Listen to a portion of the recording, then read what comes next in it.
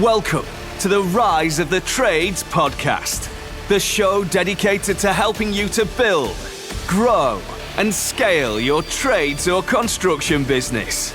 All rise for your host, Craig Wilkinson. Welcome to this week's coaching episode of the Rise of the Trades podcast, where we help trades and construction business owners to skyrocket leads, explode net profits without having to graft 60 hours a week and becoming that busy fool. In this episode, I'm going to be teaching you all about the imposter syndrome, the confidence killer that's killing every trades and construction business owner's growth and dreams because of limiting beliefs that are holding you back. But before we go there, I'd just like to remind you that we are getting ever closer to the launch of our brand new groundbreaking platform and secret community, where we're going to be giving you all the mentoring, coaching, help and support to build, grow, scale and even sell your trades and construction business when we launch our new platform very soon. So if you've not already joined our priorities members waiting list to get a personal invite to join us when we launch, please click the link in around the podcast description and show notes and add yourself to our waiting list before we take it down. Now let's transition over to this week's coaching episode.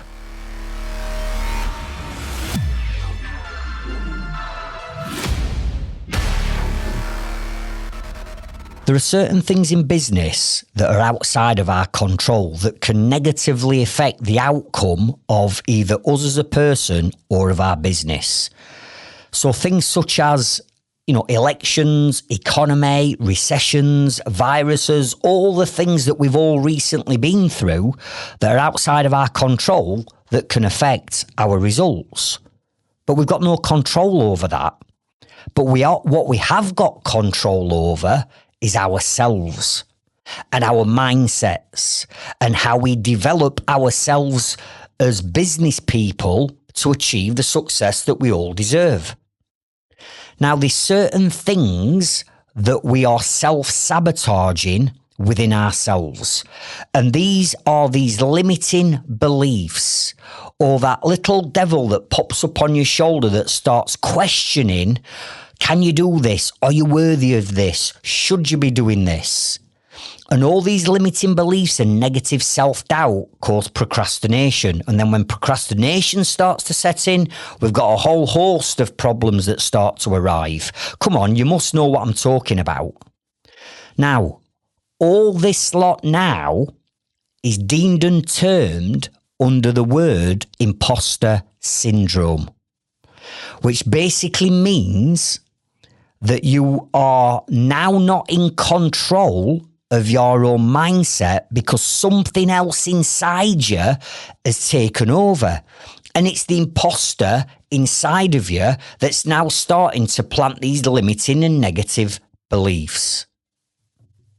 Now, imposter syndrome is a term that gets thrown around quite a lot these days, but what does it actually mean? Especially to us running our own trades and construction businesses.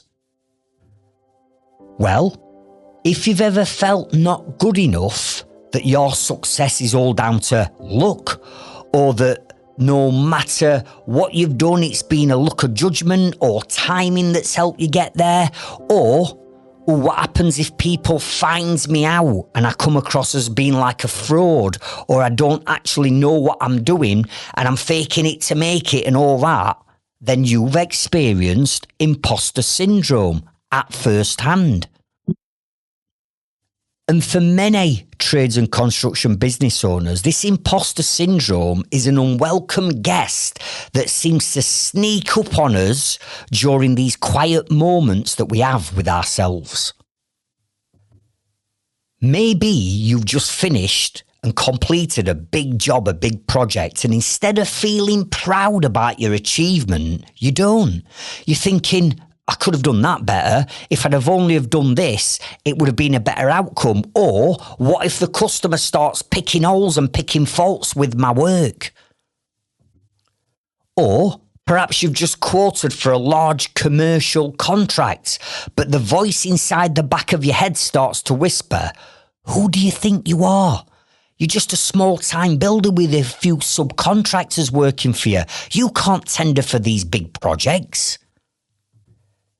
And these limiting beliefs and self-doubt can be crippling, especially if you leave them unchecked. They can hold you back from growing your business and enjoying the success and feeling confident in what you actually do. So in this episode, we're going to explore what this imposter syndrome is, why it's so common amongst trades and construction business professionals, and how it can show up in your day-to-day life. But more importantly, we'll help you understand this, that you're not alone, and that these feelings, whilst normal, don't have control of your future. You are in control of your own future.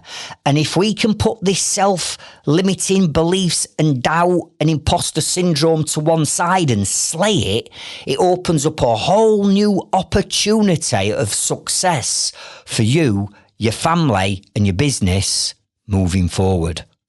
So grab your notepads, grab your pens, get your tablets ready, start making notes, and let's get stuck in.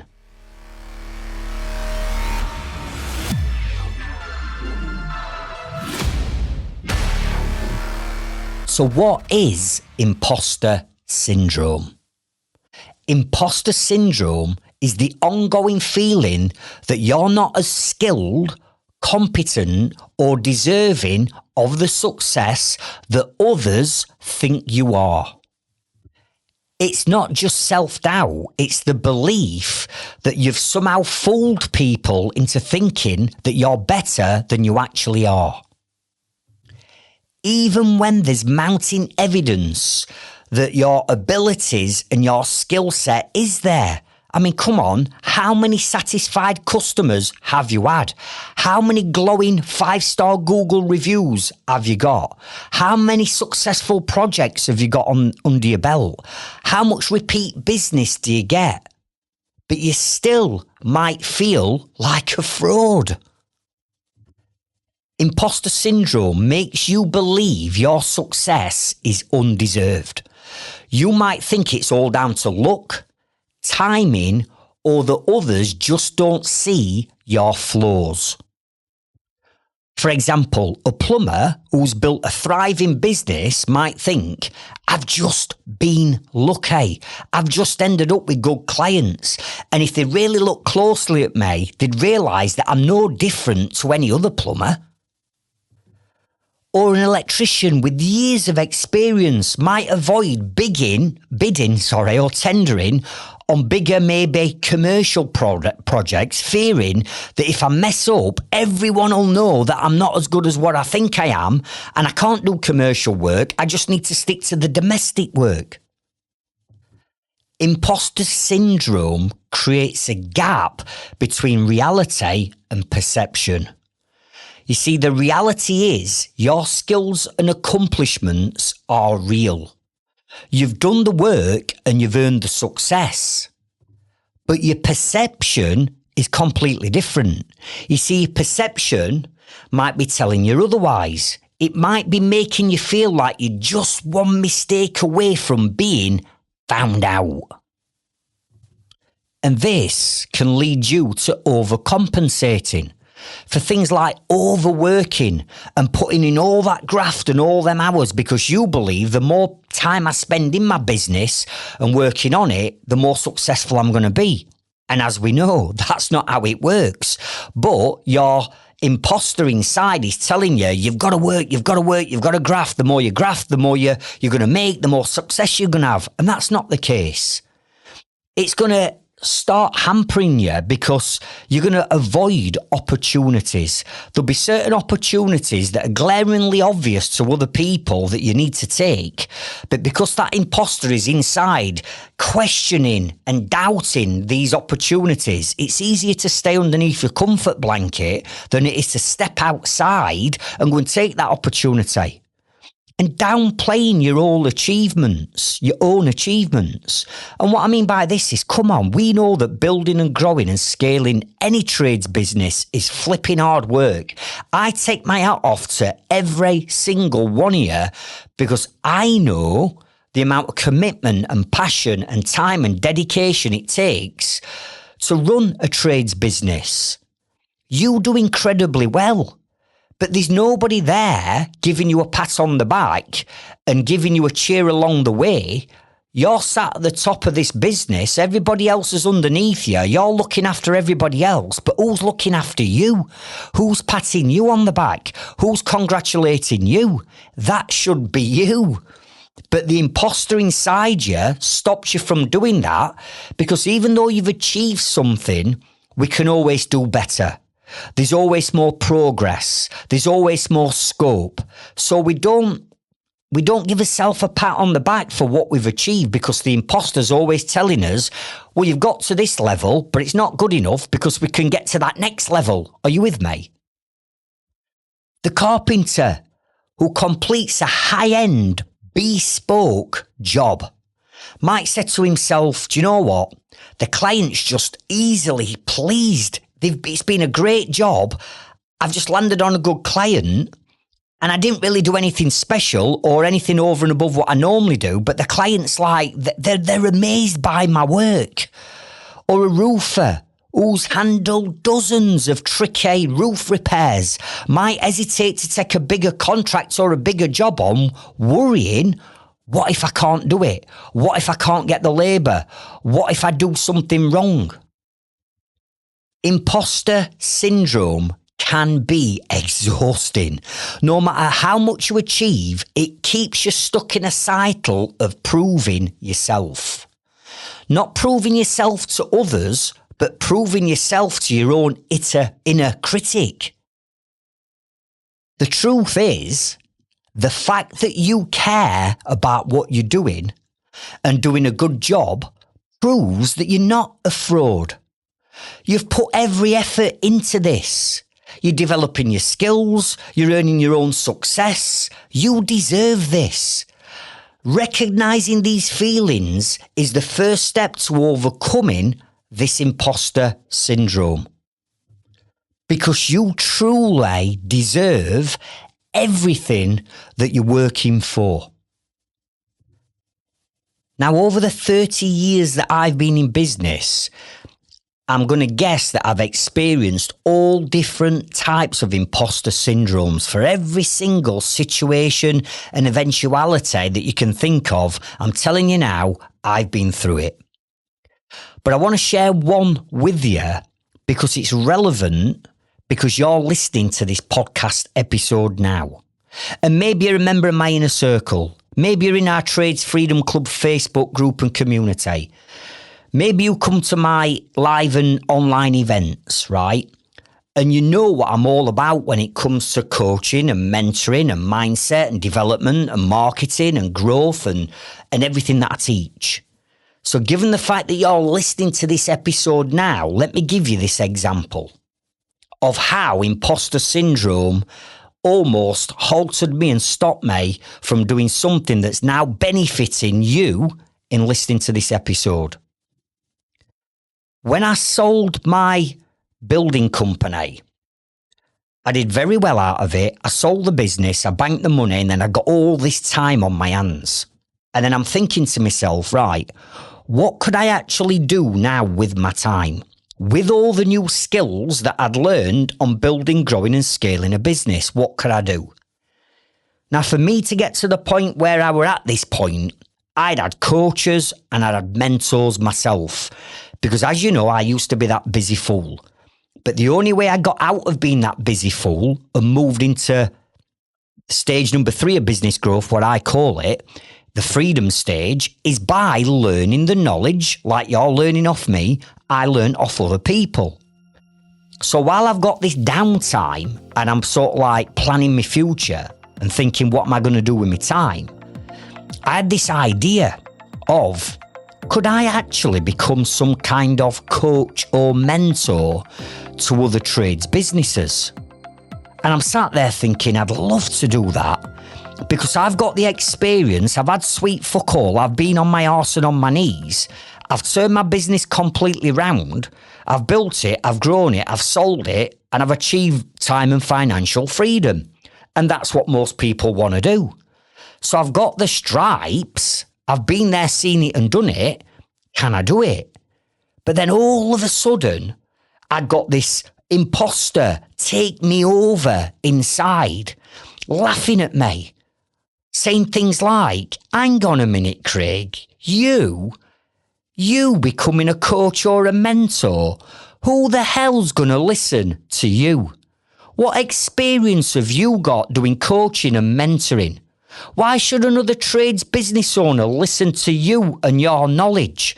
You're just a dyslexic joiner from Sheffield.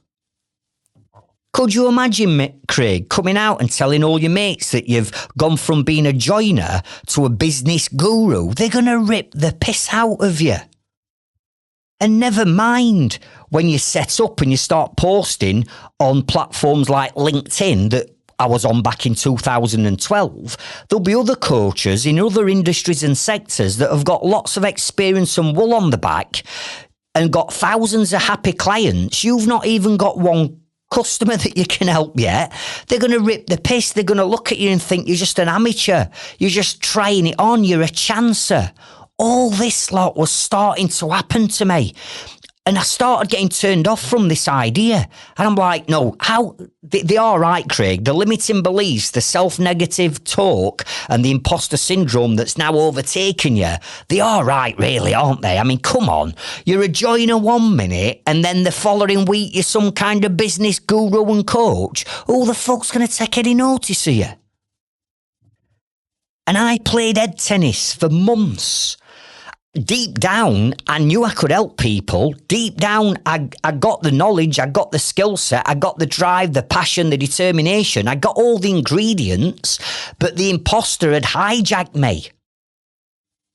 Now, I played head tennis for months, and in the end, I thought, do you know what? I am going to regret this decision if I don't do it. So what did I do? I came out and put my first event on. I'd never run an event before.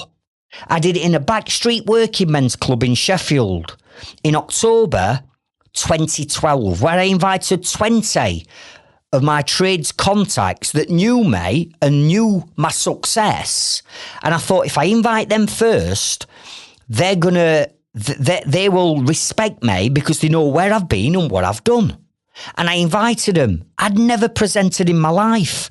I'd never stood up in a group of people before. I were absolutely terrified. I had no idea whether they were going to turn up or not. But guess what? They turned up. And for that 2-hour session where I taught them about business planning and marketing strategies and networking, by the time I got to the end of that 2 hours, all those nerves leading up to that first event, that sleepless night and my guts churning and turning, thinking, are you doing the right thing? Are they going to take the piss? Are you going to cock up? Why should they listen to you? All that lot disappeared. 2 hours later, everyone were like, Craig, that was amazing. I've never learned that. I didn't even know I should be doing that in business. And they're all coming up to me, patting me on the back, shaking my hand, always smiles on their faces. They all drove off in the vans. And I remember getting in my car and driving home and ringing Sarah, my wife, and actually being incredibly emotional on the phone to her. She's like, what's up? What are you getting upset for? I'm like, I've done it. I've done it, Sarah. I've actually done it. They turned up and they loved it. And now, 12 years later, I've become the #1 trades and construction business coach in the UK. I've put on over 1,000 events. I've stood on 500 stages. I've coached 30,000 tradesmen and women. I've helped transform thousands of people's businesses and lives. I've got more testimonials and more success stories than anybody else. I've won Yorkshire's Businessman of the Year. All that lot has accumulated over these 12 years. However, if I'd have let the imposter syndrome grind me down 12 years ago, I wouldn't be on here now helping you, and I certainly wouldn't have helped the amount of people that I've helped over this last 12 years. Are you with me? So what I'm saying is we've got to slay this imposter, because I believe in you. You wouldn't be running your own business and putting yourself and your family through all this if you didn't believe in you. So let's get rid of them negative beliefs, that self-doubt, that negative self-talk, that imposter. You've got to slay them. And here I am now, 30 years in business, and the imposter does not exist anymore. Because over the years, and doing things like I've just shared with you from my experience, I've slowly killed it off. Because in my mindset, I can do and achieve and be anything I want to be. Because I've got a growth mindset. I've got a bulletproof mindset because I've personally developed myself over years. So when I set my goals to achieve something, I don't have this imposter inside me anymore. They've gone. Yes, I might have a few nerves and I might be a bit fearful of what happens if things go wrong. But that's not an imposter. That's just me being cautious. But then I'll replace that with, well, what happens if it goes right, Craig? Now we're getting somewhere. If it goes right, this is what's going to happen. So I've got a laser-focused growth mindset where it doesn't matter what I plan or what I do or what I set a goal to achieve. I will achieve that goal because I'm relentless in pursuit of success. Why? Because I've killed the imposter inside me and I 100% believe in my ability and I believe in you. You've got this. We've just got to stop these negative, limiting beliefs.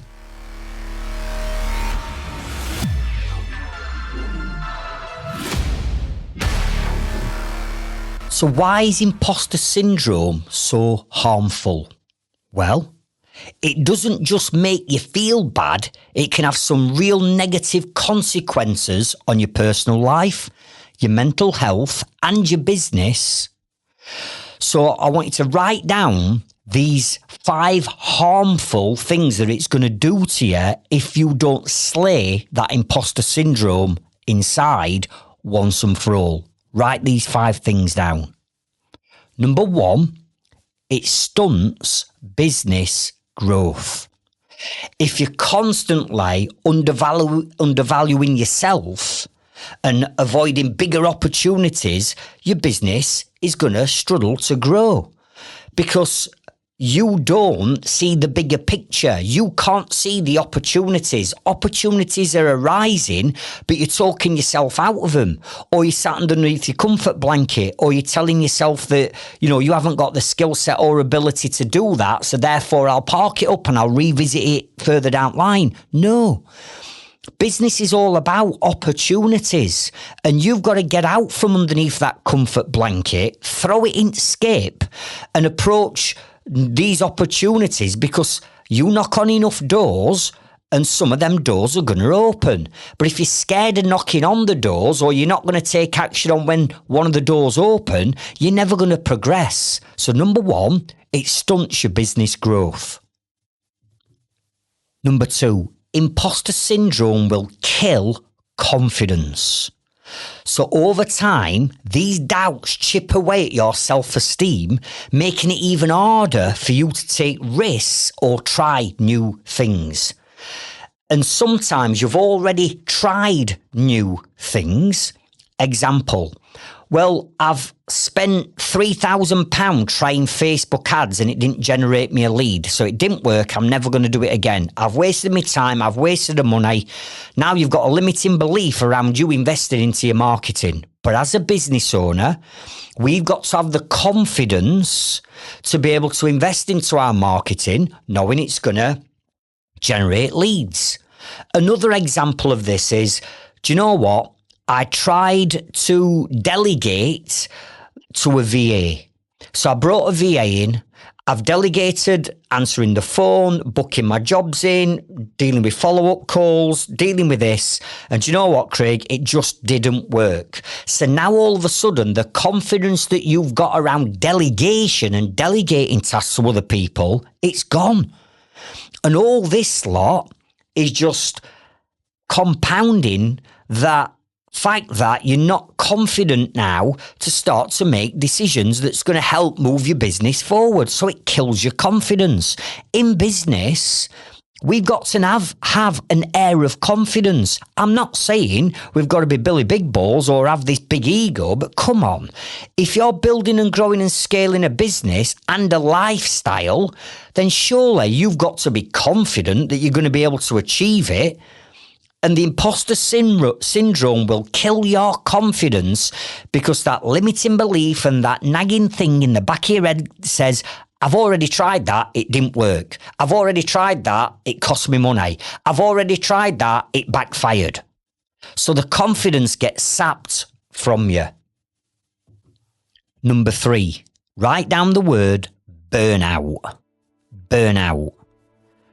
You see, we have to overcompensate to the imposter inside us to tell the imposter that we are working as hard as we can to achieve the goals that we want to achieve. And when we're working long, hard hours, thinking that the more jobs we take on, the more vans we have on the road, the more profit we're going to make. And that's not how it works. If you don't understand the numbers in your business and you're not generating the right leads and you've not got the right systems in place and you haven't got the right team to help you grow your business, then you're going to get burnt out because you're going to have to do everything in your business yourself. And you get to a point where you're convincing yourself that as long as you're working long hours and you're squeezing as much into that time, you can't do any more. You're proving to yourself that working hard is the right thing to do. Well, listen, working hard and burning out is physically and mentally draining. That's not going to help you personally or in your business when you're burnt out. And that's how I used to be.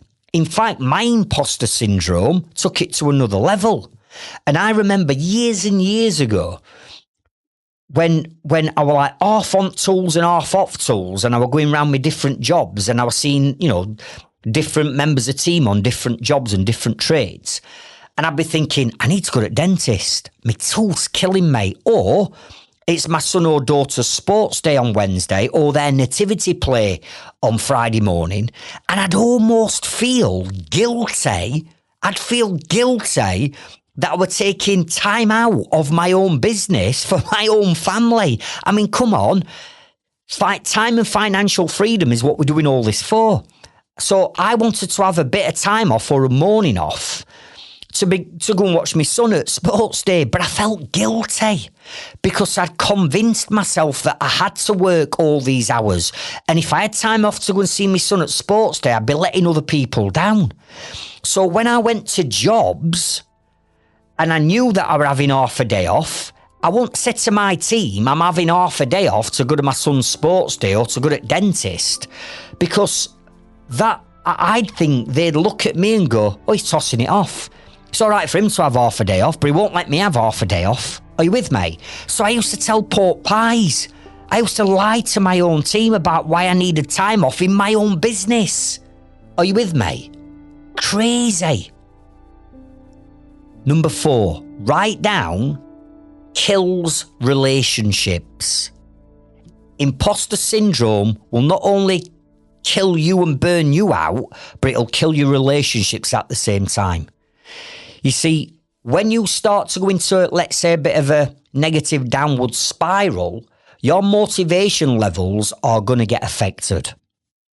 And when you're playing head tennis with yourself and you're procrastinating and you're not feeling the best about yourself and things aren't going quite right, but you've got big decisions to make, all them big decisions start to affect your motivation levels. And how motivated you are is going to have a positive or negative effects on the people around you. And the people around you in your relationships, in your business, are your customers and your clients. So it's going to start to kill off those relationships. It's going to start to kill off the relationships with your family and your loved ones at home, because you're playing head tennis with yourself. You don't know which way to go. You're telling yourself you're not good enough, and all that lot is making you feel shit. And when you walk in the house and you feel shit and you're down in dumps, you're passing negative energy onto your husband, your wife, your partner, your kids. It's going to strain relationships. You get me? And number 5, and the saddest part of imposter syndrome, write this down, missed potential. Missed potential. You see, I believe that we've all got what I call a genius inside. We've all got it inside us. We've got inside us whatever we want to do, we can achieve. But when that imposter's telling you can't do things, or putting obstacles or hurdles in your path that you believe are real, then that's going to hamper your personal growth. And I want you to realise your full potential. You see, we're only on this planet for what? 8 decades, 8 years on average. The first 20 years, first 2 decades, growing up and partying. The last 2 decades are struggling health and well-being wise because we're getting older. So we've not got a great deal of time to get everything fitted into what we want to do in our business and our life to reach our full potential. And the imposter syndrome will hamper your personal growth. Since I slayed my imposter inside, me personally, as a person, I've just exploded. I've achieved more in a shorter space of time, knowing that I haven't got this person on my shoulder chirping up in my ear every 5 minutes, questioning and telling me I can't do things. I can do things. The genius inside of me has awoken up, and I want that to happen for you, because you might be stuck in a bit of a rut where things feel like hard work all the time, and they don't have to feel like that. But you've got to believe in yourself and believe in your own ability. And if we can do that, you too will reach your own full potential.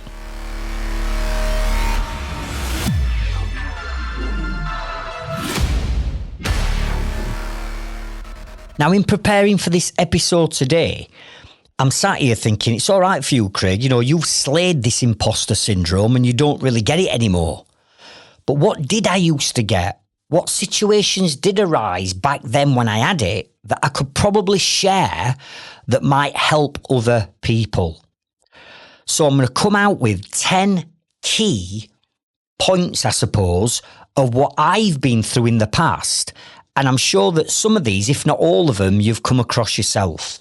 Now, I'm only highlighting these to bring them to your attention so that when they are in your mindset and we are aware of them, we can start to do something with them when they next crop up. So grab your notepads and your pens again. I'm going to rattle off these 10 different imposter syndromes.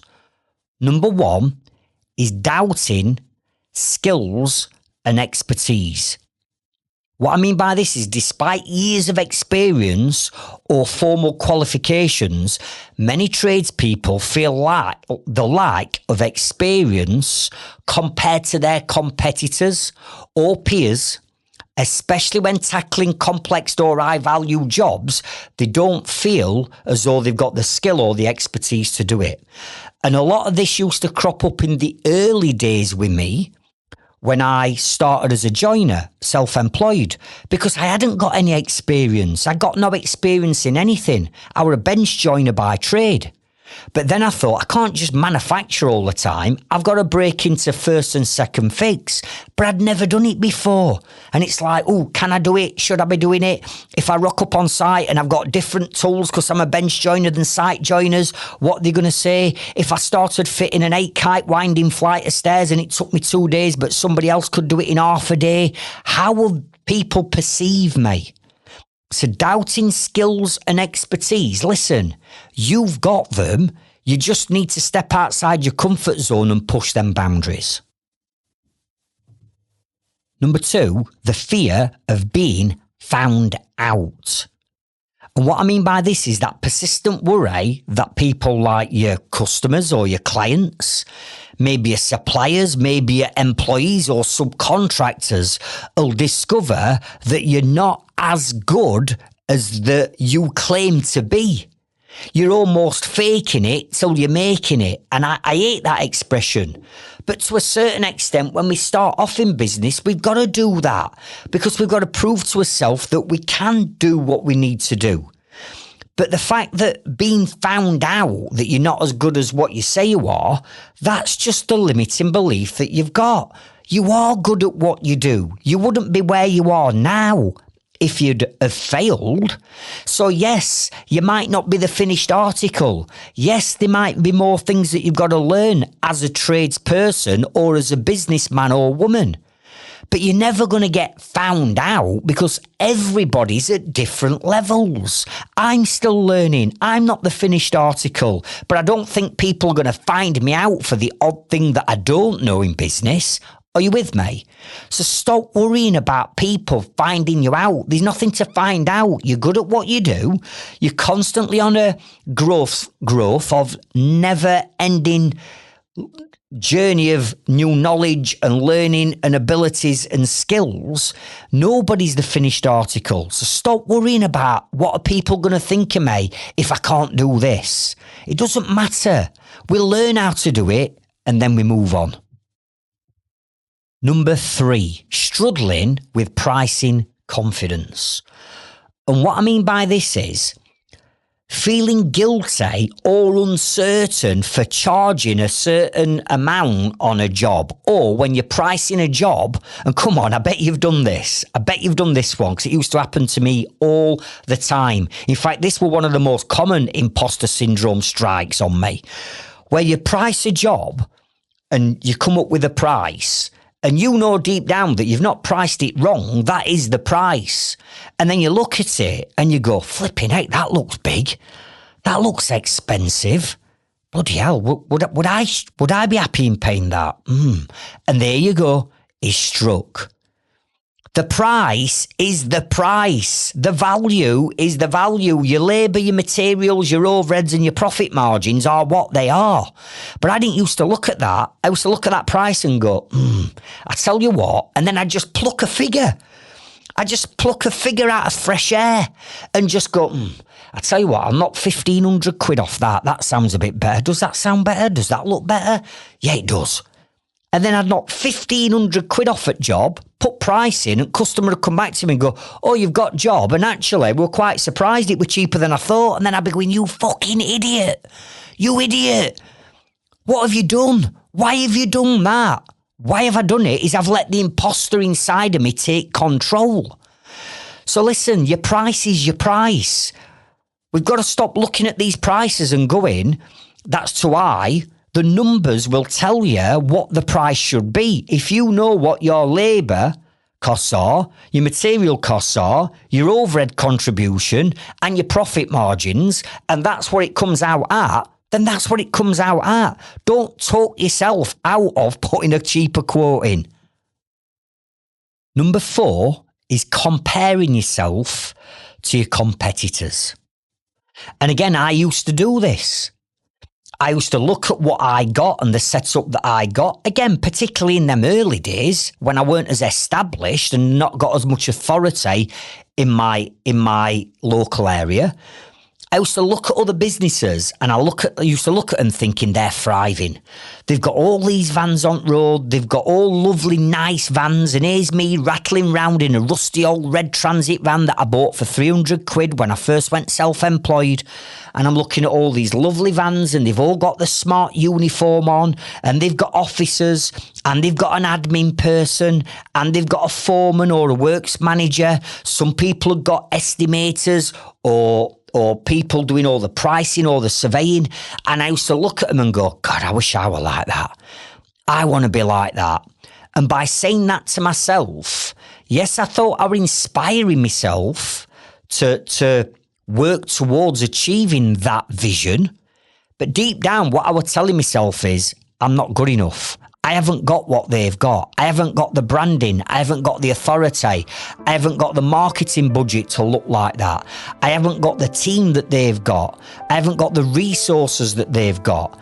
And then the imposter used to come out and go, yeah, you ain't, Craig. You're right, you haven't. So you shouldn't be you shouldn't be pricing jobs in competition with them. You shouldn't be doing jobs like they're doing. You shouldn't be trying to attract the type of labour that they've got because they're at a completely different level. They're in a different league to you.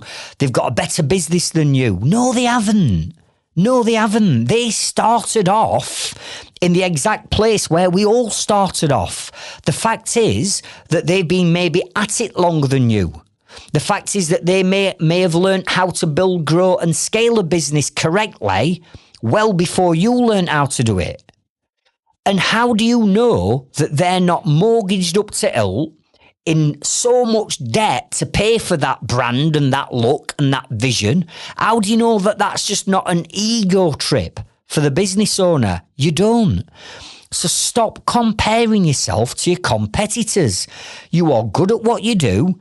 You've got your brand, you've got your business to where it is now, you're going to create your future vision and then you're going to work to it. But you're not going to compare yourself with other people because you're not comparing apples with apples, are you? Number 5, write down feeling undeserving of your success. And what I mean by this is you questioning whether you deserve your achievements or your success that you've got. And let me explain what I mean by this. As daft as this sounds, when I started really doing well for myself in my business and I stopped being that busy fool, I started to win back my time. And I've already shared with you how I used to feel guilty about having time off.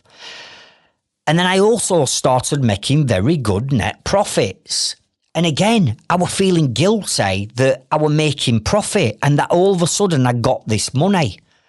So what started to happen is I was sort of like feeling undeserving that I've got this because I'd never had it before.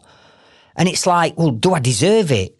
You know, have I done enough? Should I have done more? You know, I've got this money coming into the bank now and I don't really know what to do with it because I've never had a flash lifestyle. It's like, ooh, I was almost scared of it. I was scared of my own success. I got to a point where I'd brainwashed myself that I had to be a busy fool and that's how I was going to be for the rest of my life. So when that started to change, I'm like, I didn't know what to do. I've got money, I've got time, I've got a good business, I've got a nice lifestyle that I'm building, and it made me feel like I didn't deserve it because I programmed myself to be a busy fool. Are you with me? So all your success, and you determine success, my success in my business and life might be different to yours, but it doesn't matter.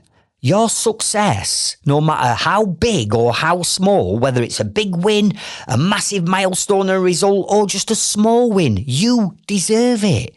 You're putting yourself in that position. You're grinding it out day in, day out. You deserve the success that you've got. And I'm hoping and praying that whatever you want, time, financial freedom, you know, a business that you want to build and sell, you might not want a big business. You might just want you and a handful of people and you might be happy earning a couple of $100,000 a year and that buys you the lifestyle. And if that's you, brilliant. I want you to achieve it. And if you do, you deserve all the success that comes with it. Number 6, and we've already alluded to this, is overworking to prove your worth. Write it down, overworking to prove your worth. What I mean is taking on more than you can handle. You're working long, hard hours or you're doing everything in your business yourself and you're putting all this pressure on you to work, and you're doing it to overcompensate for the perceived inadequacies, you know what I'm trying to say, that you feel as though you've got, right? You haven't got any inadequacies, right?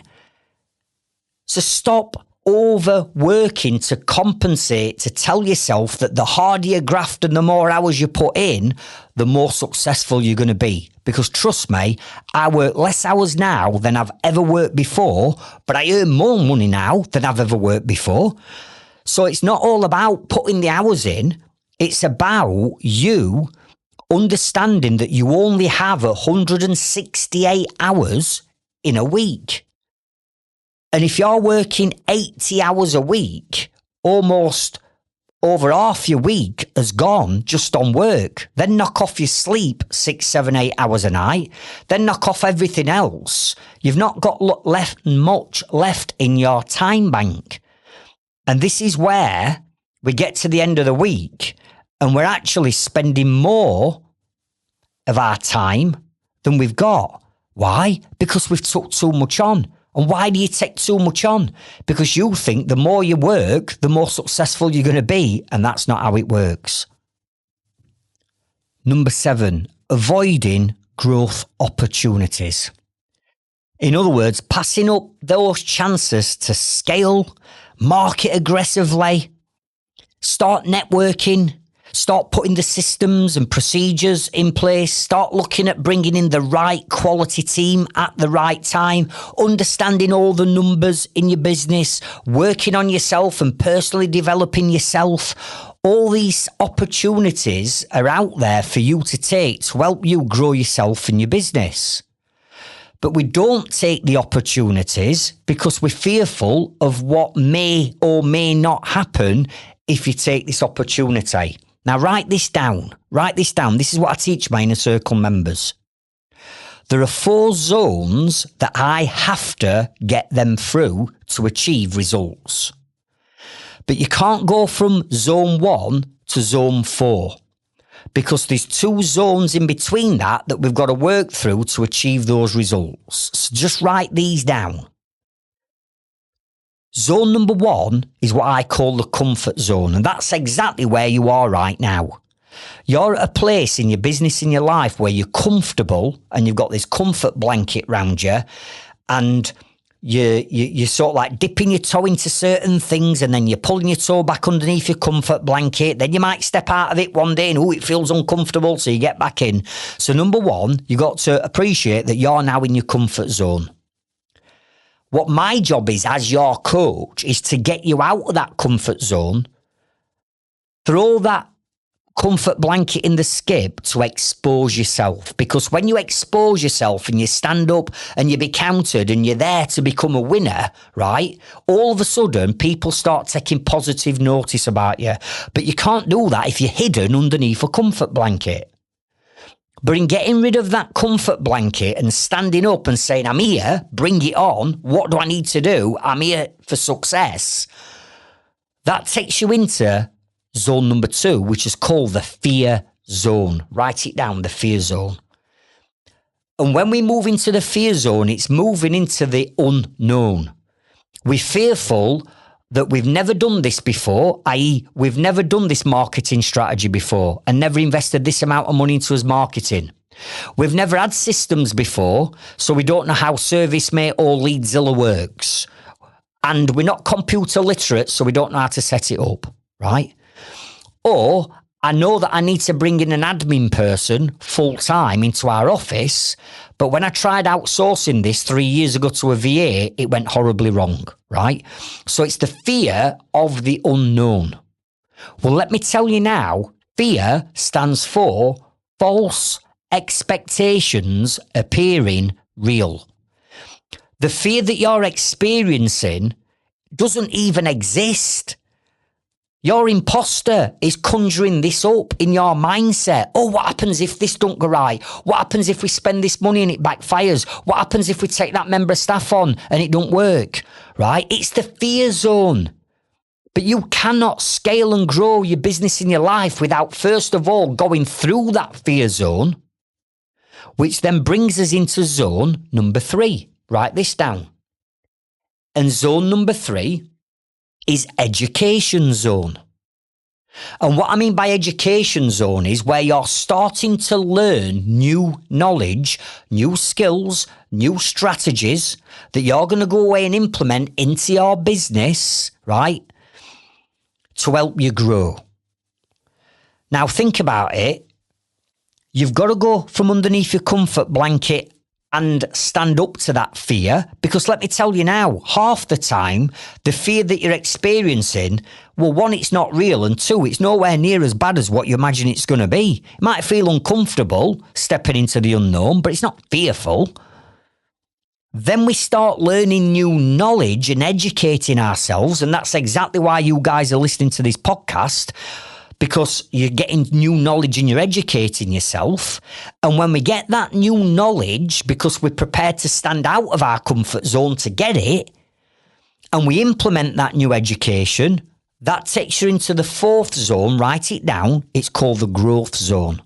The growth zone. And when we get into the growth zone, we turn back and we have a look, and we see that for the first time, we've thrown the comfort blanket away. We stepped into that fear zone and it were nowhere near as bad as what you were imagining it to be. You then got the knowledge and implemented it, and now you're getting the growth. Now you're getting the wins. Now you're getting the results. But you've got to go through those four zones to get to where you want to be. And this is what I'm saying. You're avoiding your own growth opportunities because you're still stuck underneath that comfort blanket. Let's get rid of it and let's go for through the fear, into the education, into the growth, and all that makes you a stronger person. And then you look back and you go, well, actually, I've taken that step. It was easier than I thought. It gives you more confidence to then go and do the next step. And that works, and you got even more confidence. And then all of a sudden, this imposter is starting to disappear and you're not listening to it anymore because you're following your own values and standards and beliefs. Number 8 is the difficulty in accepting praise. And what I mean by this is you shrugging off positive feedback, let's say, compliments from people like your customers, your clients, your employees, your subbies, the people that you're working with, maybe even your suppliers. And you're often thinking, do you know what, they're only saying it to be nice. They're only saying it to be nice to me. Or you're thinking, well, do you know what? Anybody could have really done that. It's nothing like groundbreaking or rocket science what I've done. Anyone could have done it. And on top of all that, you haven't got time in your own mindset to stop and take this praise, because there's just as one job finishes, you've got another one starting, you've got more materials to order, more labour to organise, another customer to please. So you don't take 5 minutes to stop and praise yourself and give yourself a pat on the back for what you've just done. You just take it all in your stride. Well, listen, we've got to start celebrating our wins. And this is where I said earlier, because you're the top of the tree and everybody else is underneath you, there's nobody there to help you celebrate. You're almost like going to a party and celebrating in an empty room yourself because you haven't got anyone. Right, you have got people. You've got me. You've got my Trades Freedom Club community. You've got our free Trades Freedom Club Facebook group to post in. You know, I put a post in, it's Friday as I'm recording this. I put a post into our group this morning. I do it every single Friday. Right, share your wins, share results, share your milestones. They don't have to be big. It could just be one decision that you've taken that's moved things forward. Let us, as a community, give you a pat on the back for all the hard work that you're putting in, because we appreciate what you do, because we do it as well. Where sometimes your friends and your family, they don't understand what you're going through running a business, but we do, our Trades Freedom Club community. So come and tell us, let us give you a pat on the back. But come on, you've got to praise yourself because you're doing things that other people aren't prepared to do. If running a business were easy, every mofo would be doing it, but they're not, because it's not easy. So come on, give yourself a pat on the back. Take a bit of time out to stop and reflect how far you've come. What have you achieved? What wins have you had? Look back 2 or 3 years ago and look where you were then and where are you now? Are you with me? Number 9, write this down. the fear of delegating.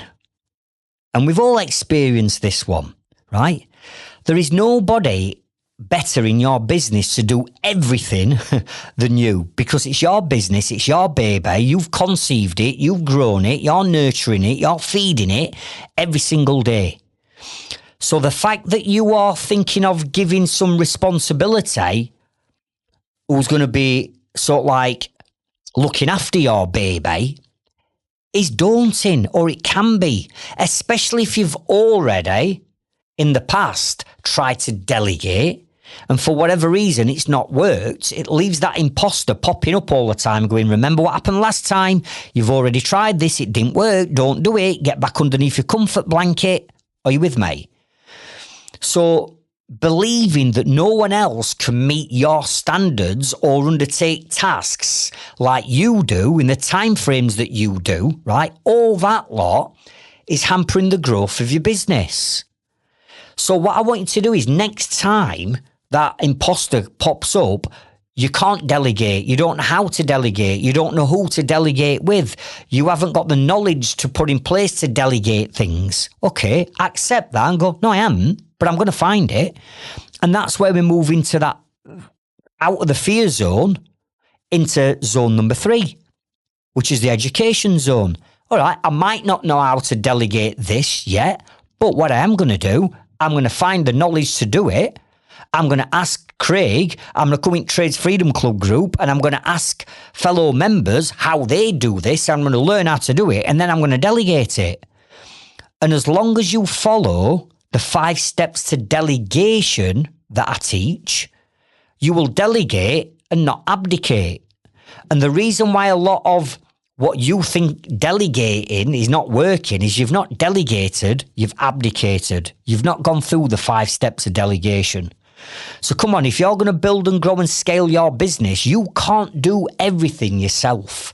There are only 168 hours in a week. So you haven't got the time to do everything in your business. You've got to start letting go of the reins and delegating things to other people.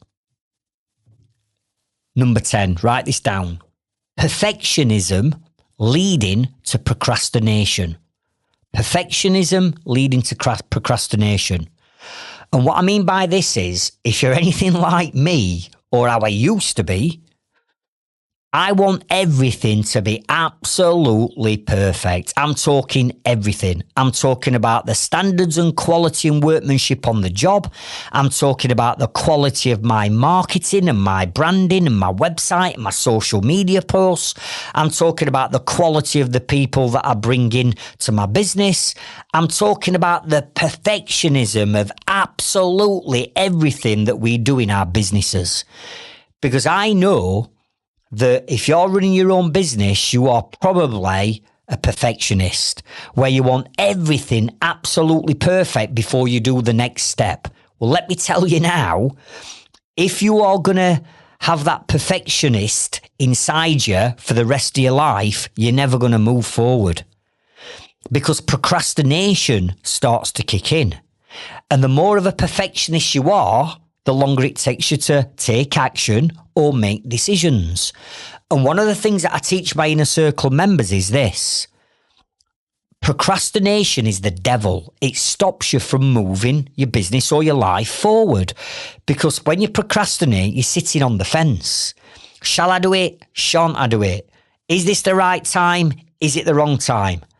Have I got the money? Haven't I got the money? You sat on that fence. But while you sat on the fence, 2 things is happening. 1, you're not moving forward because you've not made a decision, because you sat underneath your comfort blanket in stage 1, and you're not prepared to step out of it and go into the fear of the unknown stage 2.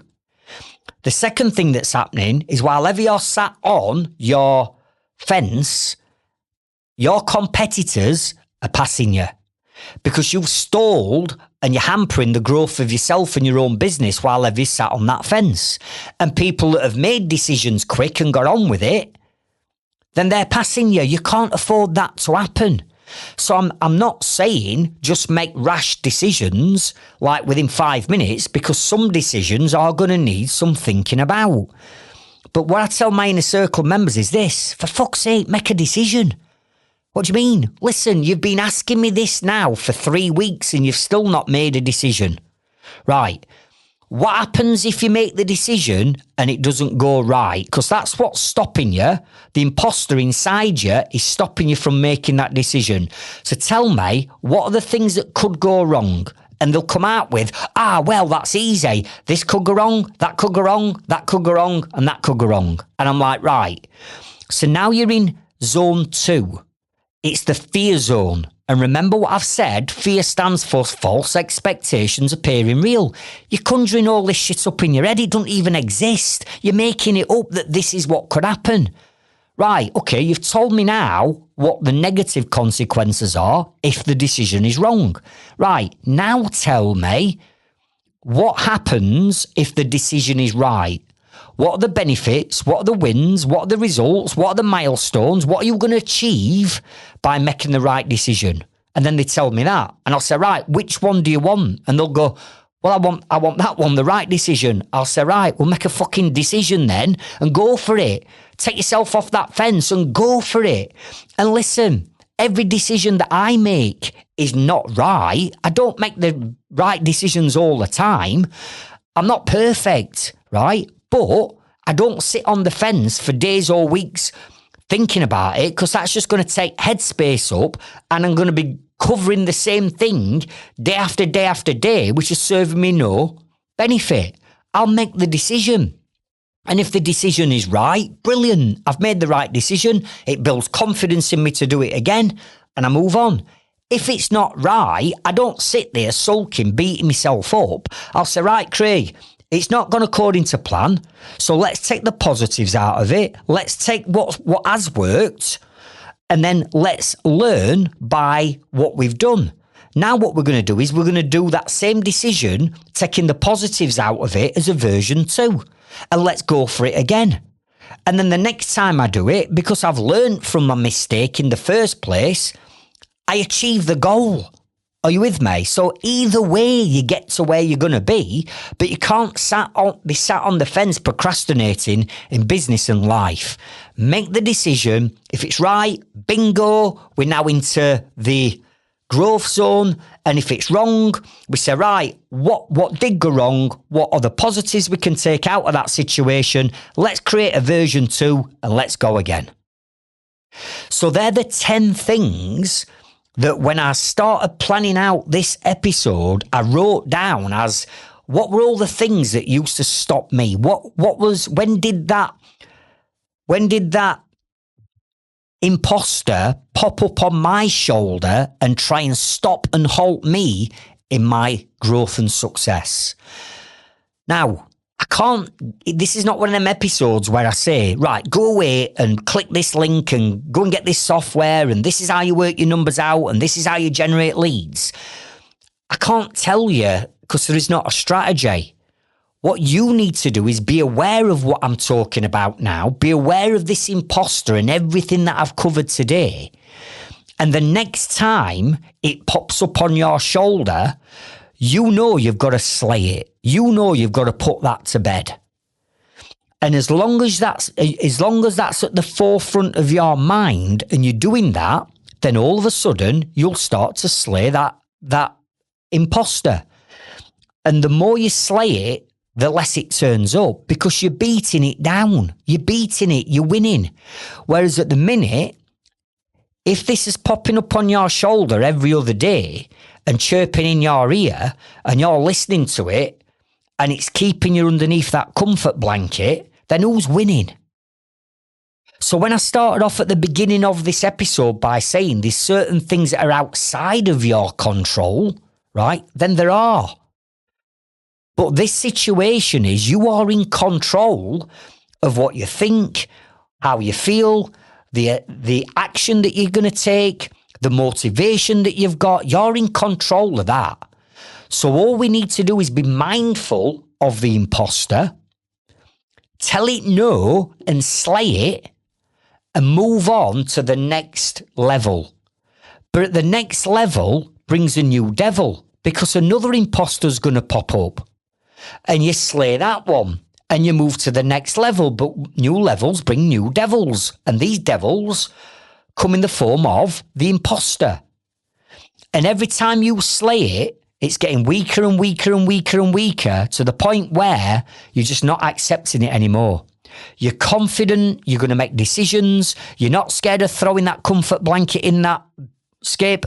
You're going to stand up, you're going to be countered, you're going to walk through that fear, you're going to learn the knowledge, and then you'll get the results.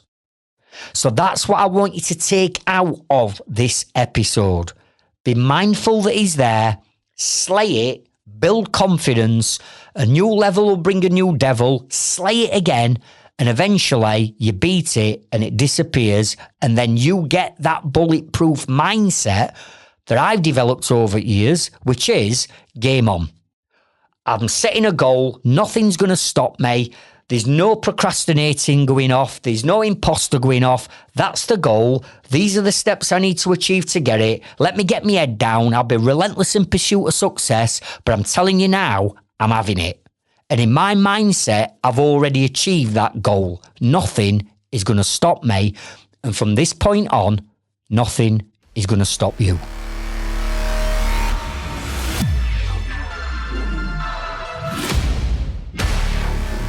Now, there are two things that I'd ask you to do as a favour, if you would please.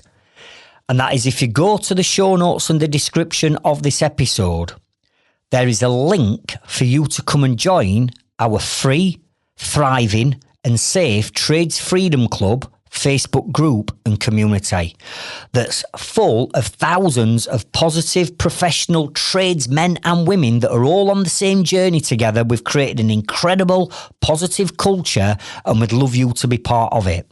So click the link and come and join our Facebook group.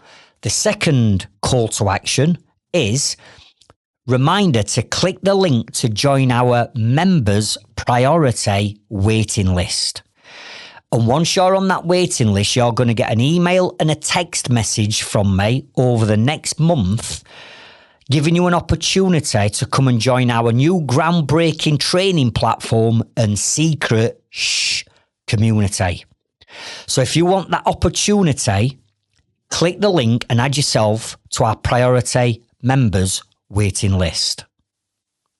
And remember, the business is never the problem. The problem is always the mindset of the business owner. I'll catch up with you on next week's episode and I'll meet you at the top. Thank you.